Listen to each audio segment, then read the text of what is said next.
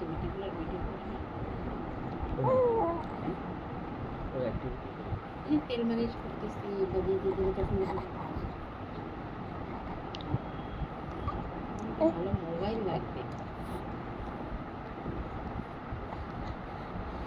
তাহলে আমি গোলটা কিনে নিই তারপরে মোবাইল কিনে দেবো। না না, এটা তো বিক্রি করতেই পারবো না। ও আচ্ছা, এটা বিক্রি করে যেটা লাগবে শুধু ওইটা অ্যাড করতে হবে, এটাকে পুরোটা অ্যাড করবেন না।